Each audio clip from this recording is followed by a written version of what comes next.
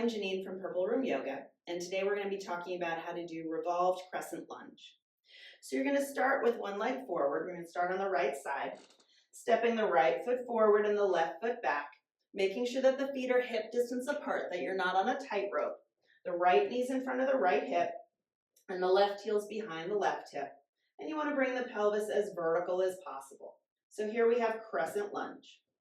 I like to come into it with the twist first. So stay vertical, feel the lower body completely stable, and spin the rib cage to the right so that nothing else moves from the pelvis down. It's just the rib cage that turns.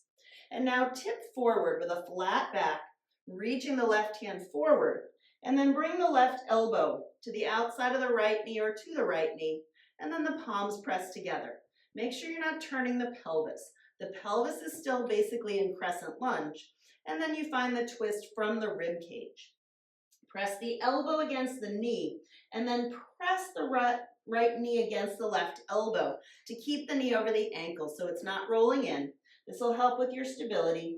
Use those outer hip muscles to press the knee against the elbow. And then don't forget about that back leg. Engage the left quads, lift them toward the ceiling. Feel the left glutes working as you reach back through the right heel. The right knee reaches forward as you sink the right hip.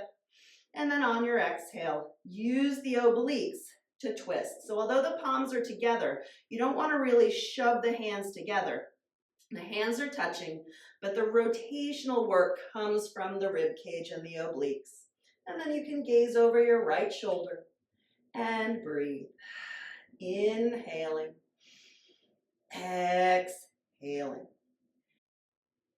And that's revolved crescent lunge. Thanks for watching.